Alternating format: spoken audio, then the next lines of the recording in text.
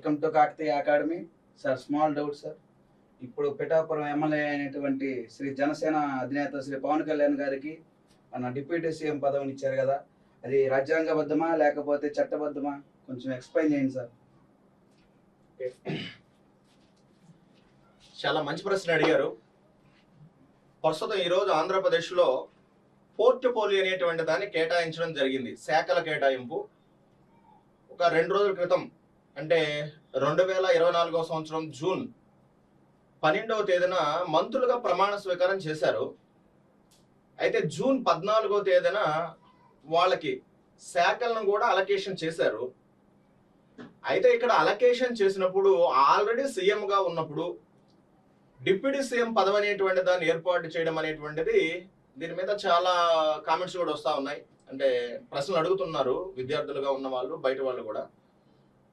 ముఖ్యమంత్రి పదవి ఉన్నప్పుడు డిప్యూటీ సీఎం పదవి అనేటువంటి దాన్ని ఏర్పాటు చేయొచ్చా, డిప్యూటీ సీఎంకు ఉన్నటువంటి ఫంక్షన్లు ఏంటి అనేటువంటిది మనం కానీ చూసినట్లయితే, వాస్తవంగా డిప్యూటీ సీఎం పదవి అనేటువంటిది రాజ్యాంగబద్ధం అయితే కాదు.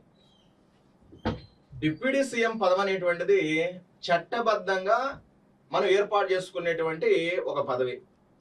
అంటే దీని గురించి రాజ్యాంగంలో ఎక్కడైనా మెన్షన్ చేశారా డిప్యూటీ సీఎం పదవి గురించి అంటే, ఎక్కడా కూడా దీని గురించి మెన్షన్ అనేటువంటి దాన్ని చేయలేదు. మనకు ఆర్టికల్ నెంబర్ 164 క్లాజ్ 1లో చాలా స్పష్టంగా చెప్పి ఉన్నారు, ముఖ్యమంత్రిని నియామకం చేసేది గవర్నర్, ఆ ముఖ్యమంత్రి సలహాను అనుసరించి ఇతర రాష్ట్ర మంత్రిమండలి సభ్యులు నియామకం చేసేది గవర్నర్ అని చెప్పున్నారు.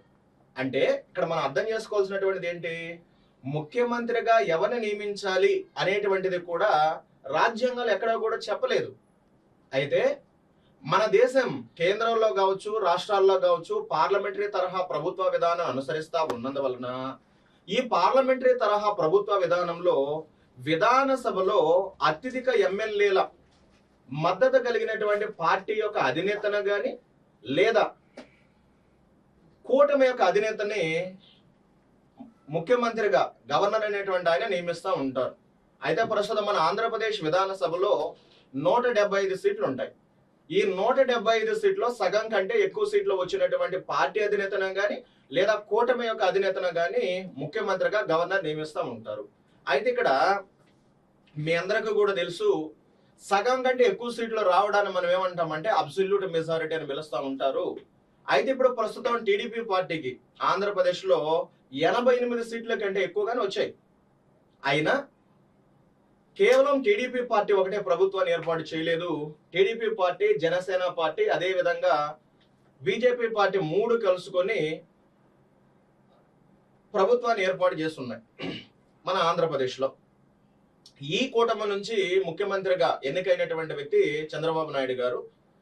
అయితే ఇక్కడ మనం దృష్టిలో పెట్టుకోవాల్సినటువంటిది, ఉప ముఖ్యమంత్రి పదవి అనేటువంటిది కేవలం ఒక రాజకీయ పార్టీలో సమ ఉద్యోగులు ఒకరికంటే ఎక్కువ మంది ఉన్నప్పుడు వాళ్ళ మధ్య సమన్వయం సాధించడానికి ఏర్పాటు చేసుకునేటువంటి ఒక రాజకీయ పరమైనటువంటి పదవి ఉప ముఖ్యమంత్రి పదవి అనేటువంటిది. అయితే కొంతమంది అనుకుంటున్నారు, ఇప్పుడు ముఖ్యమంత్రి పదవి ఏ కారణం చేతైనా ఖాళీ అయితే ఈ ఉప ముఖ్యమంత్రిగా ఉన్నటువంటి పవన్ కళ్యాణ్ గారు సీఎం అయిపోతారా అని. సీఎం పదవి ఖాళీ అయినంత మాత్రాన ఉప ముఖ్యమంత్రి పదవి అనేటువంటిది సీఎం అవుతారని రూల్ ఏం లేదు. సీఎం పదవి ఖాళీ ఏ కారణం చేతైనా ఖాళీ అవని, సీఎం పదవి ఏ కారణం చేతైనా ఖాళీ అయినా రాష్ట్ర మంత్రి మండలి మొత్తం కూడా డిజాల్వ్ అవుతుంది. గుర్తుపెట్టుకోవాలి ఇక్కడ మనం, అంటే ఇంక్లూడింగ్ డిప్యూటీ సీఎం పదవితో సహా డిజాల్వ్ అవుతుంది. అంటే ఇక్కడ ముఖ్యమంత్రి అనేటువంటి పదవి కానీ అదే విధంగా డిప్యూటీ సీఎం పదవి అనేటువంటిది కానీ ఇక్కడ మనం దృష్టిలో పెట్టుకోవాలి, ముఖ్యమంత్రి పదవి ఏ కారణం చేతైనా ఖాళీ అయితే రాష్ట్ర మంత్రి మండలి మొత్తం కూడా డిజాల్వ్ అవుతుంది. అసలు ఎవరు మంత్రిగా ఉండాలి అని నిర్ణయించుకునేటువంటి అధికారం ముఖ్యమంత్రికి ఉంటుంది, ఎవరు మంత్రిగా ఉండకూడదు అని నిర్ణయించుకునేటువంటి అధికారం కూడా ముఖ్యమంత్రికే ఉంటుంది. గుర్తుపెట్టుకోవాలి ఇక్కడ. అంటే ఇప్పుడు పవన్ కళ్యాణ్ గారికి డిప్యూటీ సీఎం పదవి అనేటువంటి దాన్ని ఇవ్వమని చెప్పింది ఎవరంటే ముఖ్యమంత్రి. సరే, బిహైండ్ వాళ్ళంతా కలిసి పోటీ చేశారు, వీళ్ళ సహకారం వాళ్ళు తీసుకో ఉండొచ్చు, వాళ్ళ సహకారం వీళ్ళు తీసుకో ఉండొచ్చు, కానీ ఇక్కడ ముఖ్యమంత్రి చెబితే గవర్నర్ గారు ఆ శాఖ అనేటువంటి దాన్ని ఇస్తారు. ఇక్కడ డిప్యూటీ సీఎం పదవి ఇవ్వడంతో పాటు అతనికి ఏ అధికారాలు ఉండాలనేటువంటిది కూడా ముఖ్యమంత్రి నిర్ణయిస్తారు. అయితే ఈ రోజు మీరు చూస్తుంటారు, పవన్ కళ్యాణ్ గారికి డిప్యూటీ సీఎం పదవి అనేటువంటి దాన్ని ఇచ్చి, దాంతో పాటు అదనంగా మీరు చూస్తుంటారు rural development and Panchayati Raj, water supply, forest and environment and science and technology, ఈ 3 రకాలైనటువంటి పోర్ట్ఫోలియోను కూడా అలొకేషన్ చేయడం జరిగింది ఈరోజు పవన్ కళ్యాణ్ గారికి. అంటే ఇప్పుడు ఉప ముఖ్యమంత్రి పదవి అనేటువంటిది రాజ్యాంగబద్ధం అంటే రాజ్యాంగబద్ధం కాదు, చట్టబద్ధమైనటువంటి పదవి ఉప ముఖ్యమంత్రి పదవి అనేటువంటిది. మరి ఎంతమంది ఉప ముఖ్యమంత్రిని నియామకం చేసుకోవచ్చు? ఎంతమందినైనా నియామకం చేసుకోవచ్చు. గతంలో వైఎస్ఆర్సీపీ గవర్నమెంట్ ఉన్నప్పుడు 5 మందిని డిప్యూటీ సీఎంలు చేశారు. ఎస్ఎల్ నుంచి ఒకరు చేశారు, ఎస్టీఎల్ నుంచి ఒకరిని చేశారు, బీసీల నుంచి ఒకరిని చేశారు, మైనార్టీల నుంచి ఒకరిని చేశారు, ఇలా చేశారు. అయితే ప్రస్తుతం మన ఆంధ్రప్రదేశ్లో ఓన్లీ కేవలం ఒకే ఒక వ్యక్తికి డిప్యూటీ సీఎం పదవి అనేటువంటి దాన్ని ఇచ్చారు. తెలంగాణలో కూడా బట్టి విక్రమార్క అనేటువంటి ఒక ఎస్సీ క్యాండిడేట్ కూడా డిప్యూటీ సీఎం పదవి అనేటువంటి దాన్ని ఇచ్చున్నారు. ఇక్కడ డిప్యూటీ సీఎం పదవి ఇస్తే ముఖ్యమంత్రి తర్వాత ముఖ్యమంత్రి అవుతారని అని కాదు, గౌరవ సూచికం ఇదంతే. ఓకేనా? ఇది గుర్తుపెట్టుకోండి. ఎవరు మంత్రిగా ఉండాలని నిర్ణయించుకునేటువంటి అధికారం ముఖ్యమంత్రికి ఉంటుంది. వారికి ఏ శాఖను కేటాయించాలి అని నిర్ణయించుకునేటువంటి అధికారం కూడా ముఖ్యమంత్రికి ఉంటుంది. అదే విధంగా మంత్రులని తమ పదవులకు రాజీనామా చెయ్యండి అని కోరేటువంటి అధికారం కూడా ముఖ్యమంత్రికి ఉంటుంది.